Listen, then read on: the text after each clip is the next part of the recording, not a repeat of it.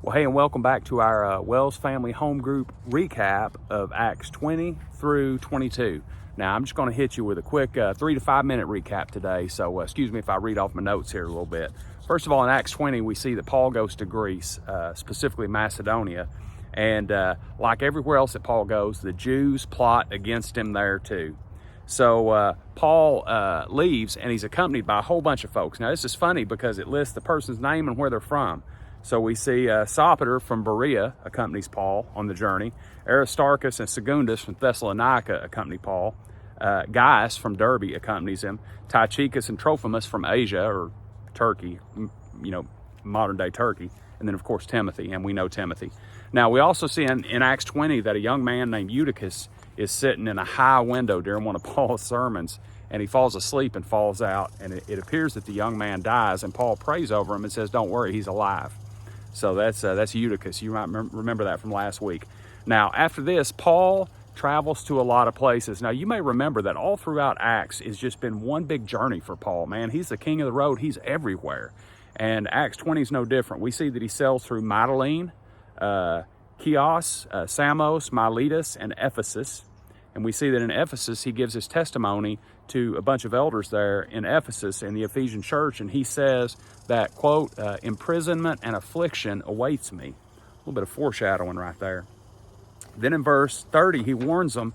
He says, be careful, because from among your own selves will arise men speaking twisted things to draw away the disciples after them. Sounds a lot like the Christian church through the ages, doesn't it? As different little cults spin off of the main Christian faith. He also, in verse 34, talks about how he's kind of paid his own way through these ministries and not relied on the churches a great deal, because he says, quote, these hands ministered to my necessities in verse 34. And then finally in verse 35, he reminds them it's more blessed to give than to receive.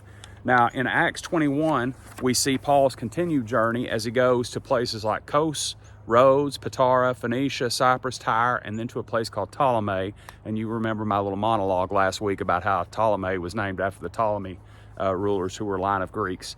And then he finally ends up in Caesarea. And in Caesarea, they see Philip. Remember, Philip was one of the first 7 deacons, so they see Philip there.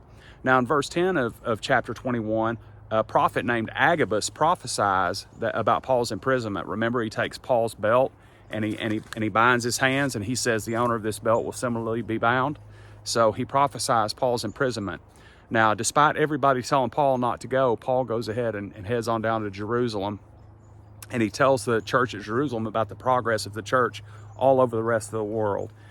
And eventually, the Jewish leaders there in Jerusalem have Paul arrested because they claim that Paul's been bringing Greeks into the temple, which was a big no-no, but of course it was incorrect. So they arrest Paul. Now, there's a big uproar. The Jews start to riot, and the crowd's about to tear Paul apart. So one of the Roman soldiers grabs Paul, and he's taking him up into the barracks to keep him safe. And Paul says, "Can I speak to you?" And the Roman soldier says, "Can you speak Greek?" And Paul starts to speak to him in Greek. And he asks him if he can address the crowd, and the Roman soldier allows him to. So Paul turns to the crowd and addresses him in Hebrew. Some of our texts say Aramaic, but he addresses them in a language they understand.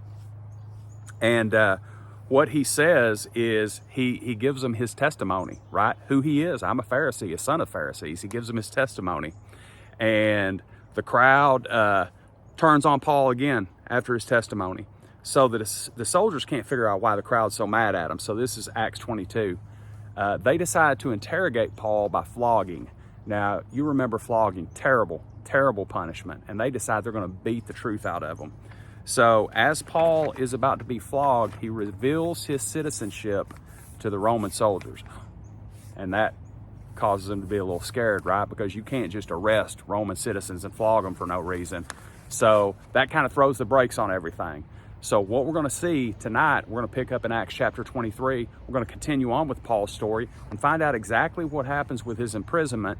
In 23, 24, and 25, we're going to follow Paul as he's imprisoned through meeting a lot of these public figures in Roman society. So stay tuned. Come on and join us.